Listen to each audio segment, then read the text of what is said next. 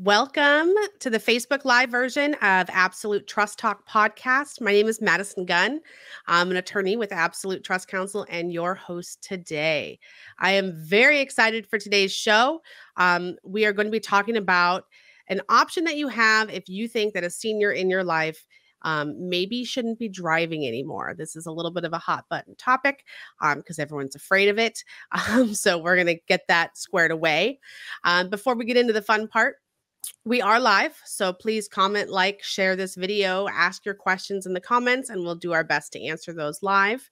If you want to share this video, but maybe someone's not able to watch it live, it will be available on our website at absolutetrustcounsel.com and on our social media shortly, and it will be an episode of our Absolute Trust Talk podcast, which is available wherever you listen to your podcasts. So let's get down to it. My guest today is Melanie Henry. She is the founder and CEO of a Bay Area service called Driver Cognitive Assessment Center. And as Melanie will tell you, it's DCAC, not ACDC. Melanie's background includes social welfare, risk assessment. She was a case manager supervising caseworkers with a child abuse criminal investigations unit in Australia, which I feel like we could have a whole separate podcast on, but that's off topic. A senior caregiver and a licensed driving school instructor. In her spare time, she provides medical rides to Tri-Valley seniors with a local nonprofit called Senior Support Program of the Tri-Valley. And Melanie holds a Bachelor of Arts degree in Welfare Studies from Western Sydney University in Australia and is currently participating in ongoing training in the driver rehabilitation specialist field.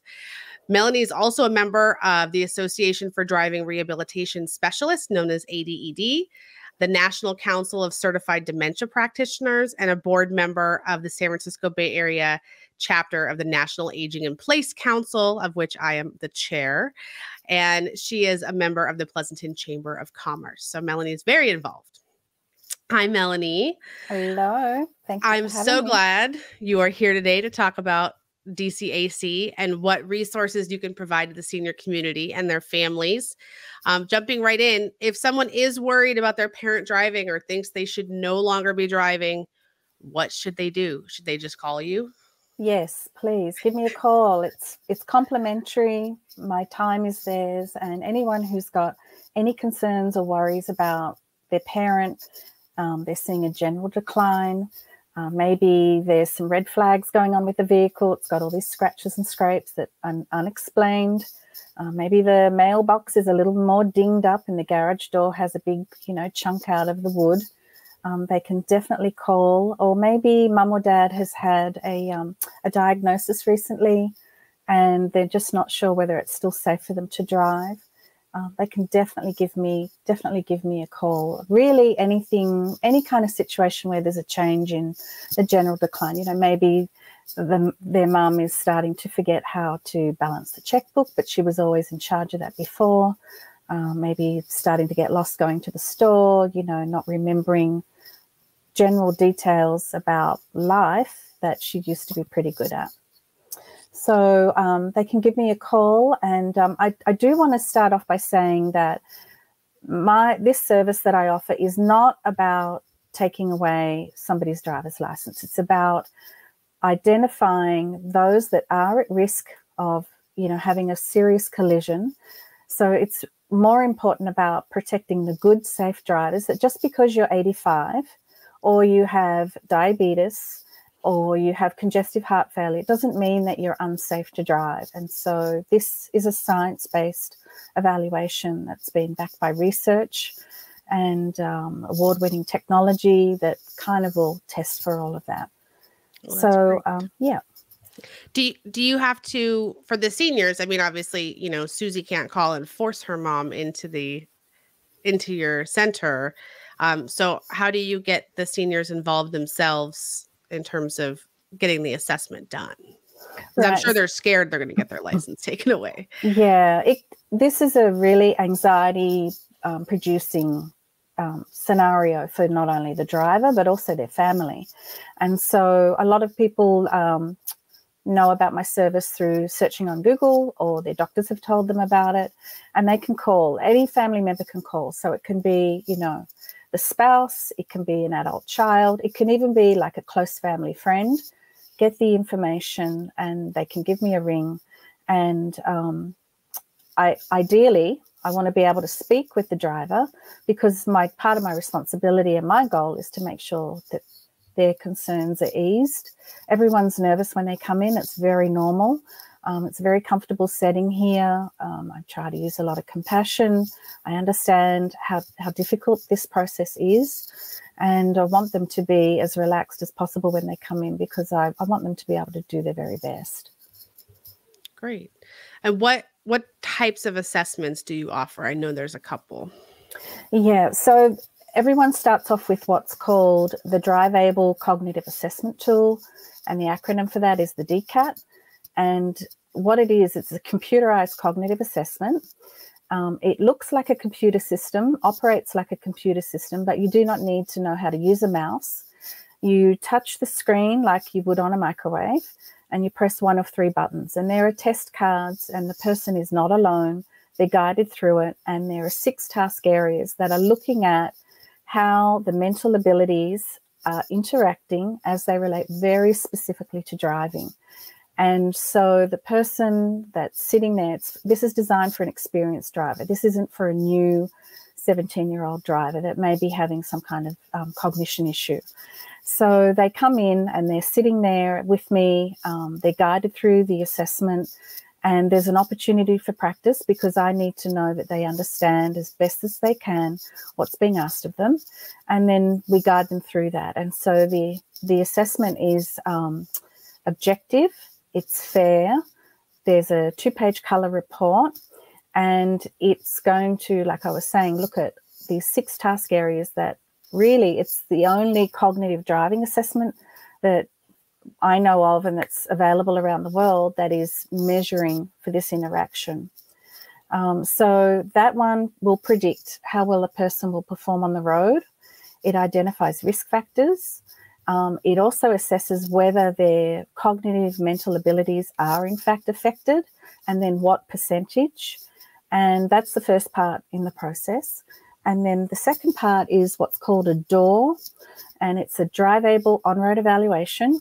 We have a specialised road course that was built for us by Drive-Able, and that one measures the types of errors that people with a cognitive impairment make that are different to normal healthy drivers. And just backtracking here, the DCAC, how do we determine the results? It's age normed and standardized. And what that means is that the results are compared to another driver that's a healthy, normal driver.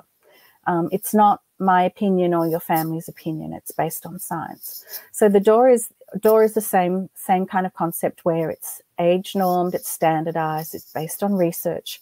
And the person comes out in a dual control instructor vehicle that we have. I have a brake and a gas pedal, thankfully. And we go out on the road, and this one measures the types of driving mistakes that someone with a cognitive impairment or a medical issue is making that is different to a normal healthy driver. So we all know that, like, left-hand turns at intersections are extremely dangerous, because that part of the processing in the brain has become compromised, where it's really difficult to judge distance and depth perception. So that one gives the driver an opportunity to go out on the road, demonstrate their driving abilities, and they're graded. It's an it's put into the computer system, which is an algorithm base, compared against all of the research, and that one is a pass or a fail. But not every driver needs to come back and do that one, Madison. It depends on where they score. So if they come back and the results say that they may be mildly cognitively affected, their driving skills, then we want further information. And so that's where that particular assessment comes into play. What else can I tell you about that? It's not like a DMV assessment, where the DMV will take you out and they want to test your knowledge of the road rules. This is one that's looking at the types of errors, the frequency, the severity, whether me as the instructor needs to intervene, whether another driver on the road needs to get out of the way. It's a very specialized evaluation. Like reaction times. Yes, like that. Everything. Yeah. Are they scanning? Are they seeing whether there's a pedestrian or a cyclist on the road? Are they stopping for the red traffic light? Are they, turning left at an unprotected yield left turn sign? and are they accommodating for the oncoming traffic and being able to make those decisions in a safe manner and a timely manner as well. Yeah, there's a lot that goes on with that. And how do you provide your clients and their families the results? How does that work? The results. So in terms of receiving them? Yeah, like, do you tell them in your office? Do you tell the family but not the I'm assuming you tell the client first. Right. So when I have contact with the family to begin with, I need obviously the cooperation of the driver to come in. There are a number of forms. We follow HIPAA very closely, and the driver needs to give consent and permission to who they want to receive a copy of the results. So whoever's nominated on that documentation will get the copy. So quite often I have families where they don't want to have the doctor involved yet. There's a good enough relationship between mother, father, whoever it is, and the adult child that they want to work this out together. And so in most of those cases, the parent would give consent for the daughter or the son to also get a copy of the results. In other cases, depending, sometimes there's cultural reasons, or there may be, a standard in the family where you don't ever question the parent. Those adult kids will want to have the doctor request the referral, make the referral and get the report received to them, and then the family would go and visit with them. So it really depends case by case. I'm very much guided by those consent forms, and I do not send the reports to the DMV because I'm not a medical practitioner. The DMV is very much guided by what the doctor submits in terms of the driver medical evaluation form. And this helps to guide, obviously, their decision-making around whether it's safe or not for their patient to drive. But it really does depend on case by case. I'm, certainly follow HIPAA policy like every other health professional. Great. And other than like a family member sending a referral, what are other reasons that a senior or any client, I guess it doesn't have to be a senior, would get an assessment from you? Where the doctor has noticed that there's a decline in the person's general functioning, maybe they have a medical condition like they've recently been diagnosed with mild cognitive impairment, maybe they have congestive heart failure, maybe they've had a stroke, maybe diabetes if it's not being treated, even sleep apnea can affect driving skills. So it can be it's usually for a range of medical reasons, but we all know with this pandemic that a lot of our seniors have been stuck at home. They've been told to self-isolate. They therefore have not been driving as much, and families are seeing a real decline. So a lot of people just want to have a baseline for their mum or dad and come on in that way. Same with the doctors and neurologists as well. That's a great idea, having it as a baseline. Yeah, I never thought about it that way. Yeah, because as we get older, we typically have more medical and health issues. That's just the reality of aging, and it's good to have that baseline, especially when you've had a recent diagnosis or you're just starting to see those changes. The other really important thing that's come out of some of the latest research is that if a person's had two or more falls in the year, they really should have a neurological assessment, should have a driving assessment, because they're finding there's a real correlation between that and driving skill decline. That's interesting. And so if a doctor reports somebody to the DMV, your report, does it work for an appeal to the DMV, or does it just go back to the doctor to have the doctor basically rescind their report if they turn out to not have any problems driving? If the family know about my service, and that's terrific about today, trying to spread the word as fast and wide as we can. So that really depends. So if the DMV has contacted the driver and they've suspended or revoked their license, the family or the driver contacts me and they come in for the DCAC, the first portion. They may come in for the on-road evaluation, but they need to have a special permit to be able to do the on-road portion. Right. Most of the times those drivers will give permission for the report to be sent to the doctor because they want the doctor to upgrade the driver medical evaluation and their opinion, their recommendation. And so they will then submit that to the DMV for review. If there's a driver out there and you've just received a notice and the doctor has told the DMV that they don't want you driving, there are unfortunately some drivers that don't have this conversation even with their patients, and you find out from the DMV. Then you can give me a call and I can help you through that. And you have the right to an appeal. You have to do it within 10 days. And there are some steps that you can take, and it's called a special permit, and it's through the driver safety office. It's not through the regular DMV. And you explain to them that you would like to have a further review of your driving skills, and you really need to be your own best advocate and, ask your doctor for their support to be able to do this. And the information's just so useful for everyone involved, because the DMV, at the end of the day, the DMV is truly going to be guided by what the doctor is advising. So the more information that can be obtained, the better for everyone, especially the driver. Yeah, that's great. Yeah. And I understand that you have services that you offer for seniors either that haven't driven in the last few years due to the pandemic, or, once you hit 70 and you have to start retaking that test, which I know just inserts panic for seniors everywhere, that they have to take a test that they haven't taken in 55 years. So what do you offer in that sense? Yeah. So it's called a mature driver refresher together session. And they're very specifically catered for what that driver needs. So, but the bulk of it will be covering, building up, reviewing their defensive driving habits and making sure that they're scanning and that they're using their mirrors. Like what I see a lot of and what the research shows is that as we get older, we tend to use our mirrors less. And there are some really easy strategies for fixing up the mirrors so that you can really reduce the blind spot, which typically on most cars is about 12 feet in length. And you can tweak the side mirrors so that you can really minimize that. You can, what I try to do is called fit the car to the driver. Quite often, you can shrink in stature as you age. And so the seat may in fact be too low, but there are like booster cushions that can help if you have an older car where it doesn't have an electric seat that can rise up and down. There's a lot of groovy tools out there now that can really help, like seatbelt extenders. If you have an old shoulder injury, arthritis that you can't kind of plug in properly, or it's too hard to turn around and you need to get the seatbelt, there's an extender that you can pull down over your shoulder as well.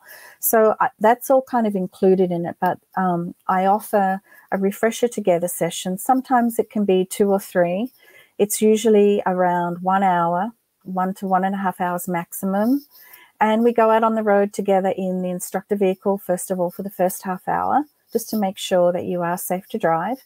And I'm not going to lose all my hair.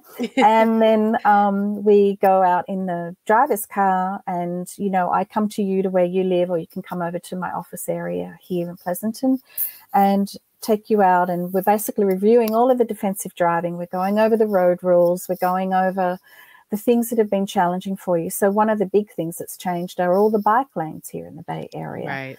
A lot of seniors, as they get older, they have trouble with their neck flexibility and being able to see over your shoulder, but you need to be able to do that. But there's some tips and strategies for that. And really the goal then is, improving their confidence so that they do feel better about getting back behind the wheel.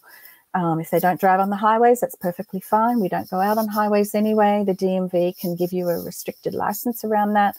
And then I also keep a pile of the DMV senior handbook, the driver handbook.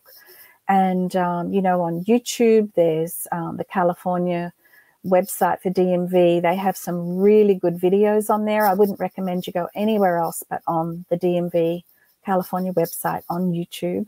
And so I really try to be a resource for people, to educate, to give as much information as I can, and keep as many of our safe drivers out there on the road as we can, protecting them, not discriminating, but identifying the ones that are unsafe, that need to give up the keys.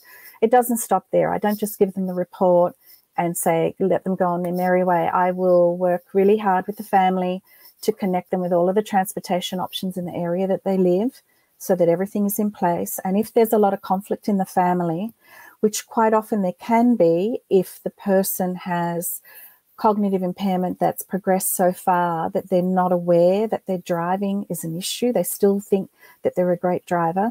Sometimes involving a geriatric care manager or an aging life care professional can really help with mediation and help kind of calm the situation down at home. And, you know, the number one question is, I always get the driver that's a little resistant about this and about the process is say, how would you feel if you were to hit, you know, a mother crossing the street with a child in the stroller?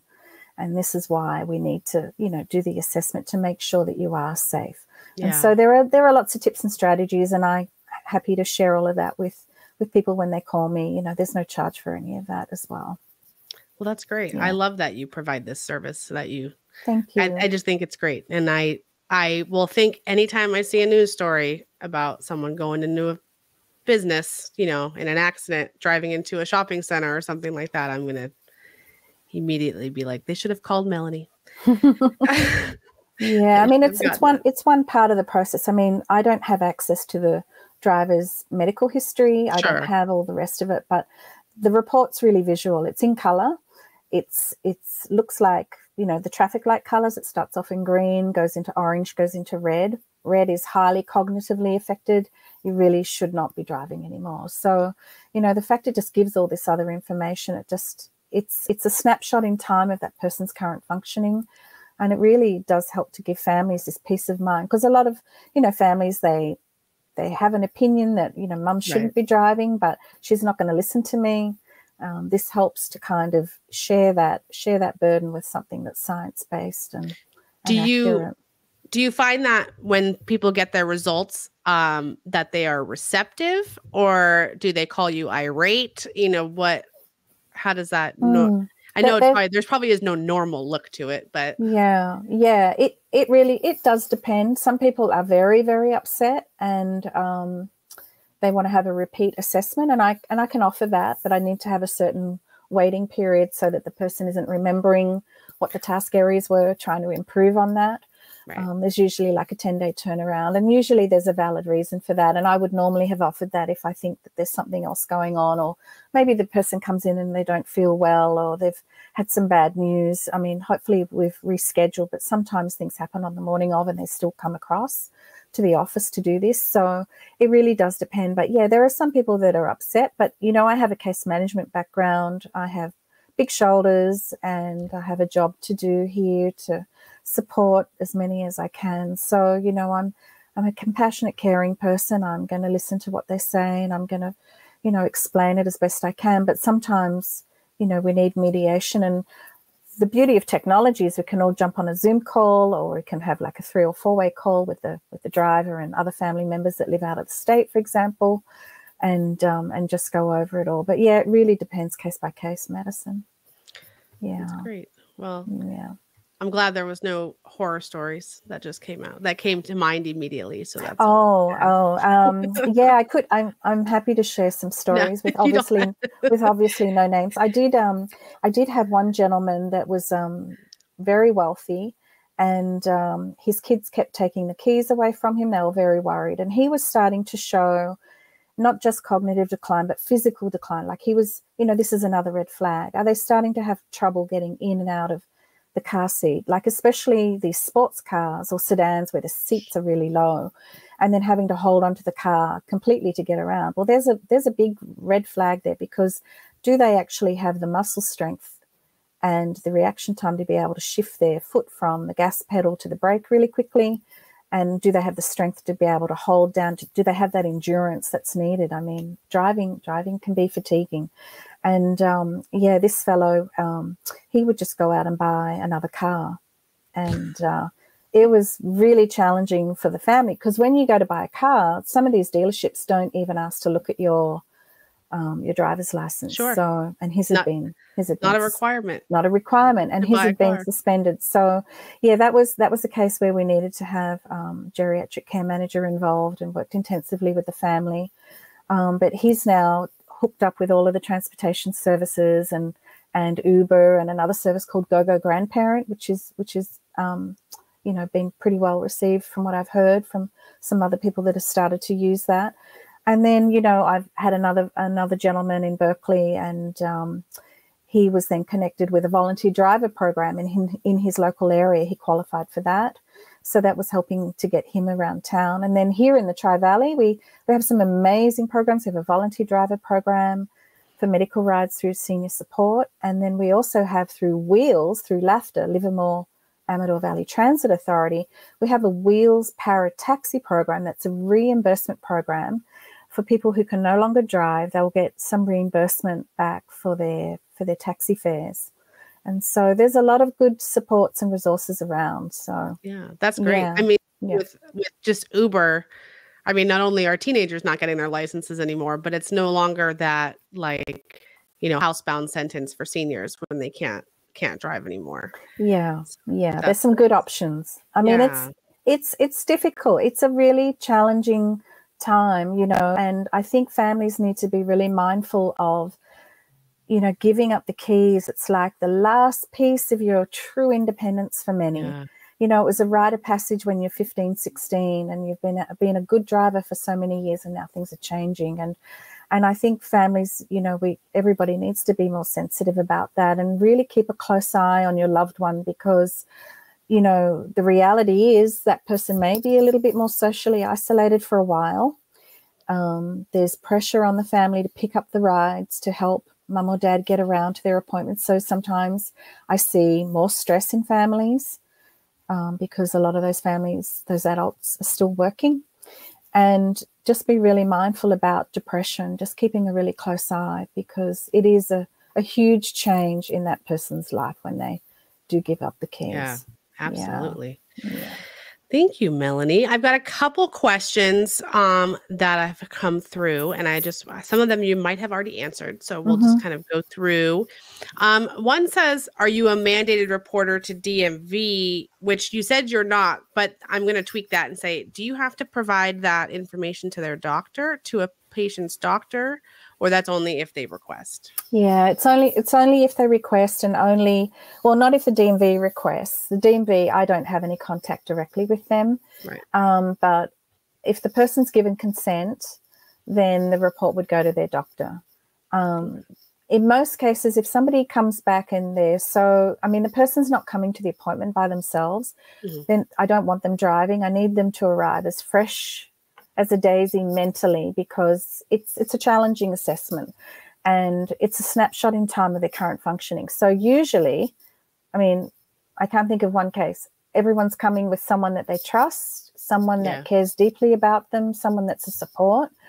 And, you know, those consents are then signed off, and then I would send the report to the doctor. But sometimes the families, like I was saying earlier, they just want to make the decision themselves and not have it get to that late stage where the doctor is involved. But it all depends on the relationship they have with their loved one.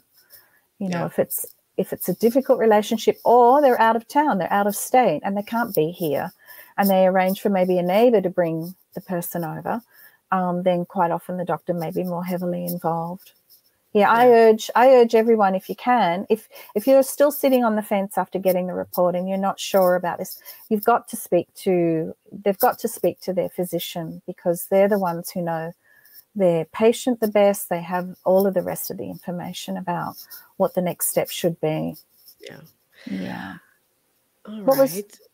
You did ask me another question. Yeah, I do have one more question. Okay. And one is, do you only assess seniors, or do you also assess people that have, you know, might have other cognitive impairment, but maybe just are not seniors? So, I mean, I know people have traumatic brain injuries or other cognitive special needs that, you know, obviously they're not getting maybe not getting a license at 16. It might be 25, but also that stuff can change. So the technology that is provided by DriveAble that I'm licensed for is really geared for experienced drivers. It's not for what we call novice drivers, new drivers, or drivers with special needs that are learning to drive when they're 25. Quite often they need intensive behind the wheel instruction, you know, sometimes up to 40 hours of one-on-one with an instructor, and then additional, you know, double that time with family. So not usually special needs in terms of youth or young adults. But certainly people that have brain injury, quite often my clients have had a stroke, or they have, a concussion. They've had some other kind of injury where it needs to be evaluated. But the timing of that's really critical. You don't want to do it too early in the process of their healing, because, I don't want to be here wasting anybody's time and money either. So quite often the timing of that's critical. But I am excited to say that I'm in the process of undergoing more training with ADED, which is the Association for Driver Rehabilitation Specialists, so that I'll be able to offer additional assessment for people that do have some special needs, and also some of those other impairments like visual and physical, and be able to, help them with adaptive controls for their cars. So that's exciting. That's Stay great. tuned. I never even thought about, like, when you were saying to address their own vehicle and make sure that everything fits right. And all I could think about was how horrible it is when you have to switch cars with your spouse, and like how you have to like move all of the mirrors and move the seats and move the steering wheel, and how that would be for a senior having to do that just because they're, they can't sit up straight that day, or, certain things that it would affect. And I never really thought about that. And I think that that's a great service that you provide. And I want to do that on a wider scale. Hopefully in the fall. I've just completed training with a program called CarFit, run by the AAA and AARP. And I want to bring this to the Bay Area as a wider community event where we'll have volunteers and we'll all get trained. Everyone will get trained, and we'll have, groups around the Bay Area, and seniors will come in and in their car. It's a 20-minute process, and they'll get assessed and get fitted for their car. So I'm really excited about that. It operates in Southern Cal, but for some reason it wasn't here in Northern Cal. So I just flew out to Oregon recently to get that training, and excited to bring that because, it's pretty essential that everyone's super comfortable in their car, because, otherwise it makes driving really difficult. Yeah, that's great. I mean, we take our car seats to the fire department to make sure they're installed correctly. We should make sure that our parents are installed correctly in their cars too. Good point. That's a good, make sure they can still see out those mirrors and or at least know how it should be adjusted correctly and things like that. So I think that's great. Melanie, I appreciate you coming so much. I am so excited that you are a guest today. Thank you. If anybody needs to reach Melanie, she is available at 925-249-5947. And her website is www.dcacbayarea.com. And so she can help you with any assessments or questions for your family members or your own needs if you're listening for yourself. So thank you very much, Melanie. I appreciate you coming, and I'm just so grateful. Thank you so much. Thank you so much for the opportunity. Everyone stay safe there out on the roads. Take care. Thank you for joining us today for another episode of Absolute Trust Talk Live. If you enjoyed listening in, then don't forget to subscribe. You can find us on Apple Podcasts or wherever you may listen by searching Absolute Trust Talk. While you're there, we would also love for you to leave us a review. And then why not share your favorite episodes with family, friends, or colleagues too? You can find all of our shows and corresponding show notes by visiting absolutetrustcouncil.com. You'll also find a variety of other free resources, including our ebooks, videos, blogs, presentations, and more. If you need help with your estate planning or administration, we also offer a free discovery call to help get the process started. You can find more information on booking your session by visiting absolutetrustcouncil.com/scheduling. Don't forget to keep an eye out for our next live episode in 2 weeks. If you join us for the broadcast, you can submit questions during the show. But if not, don't worry. You can always get in touch with us by sending a quick message to info@absolutetrustcouncil.com. Thanks again for listening. We'll see you soon.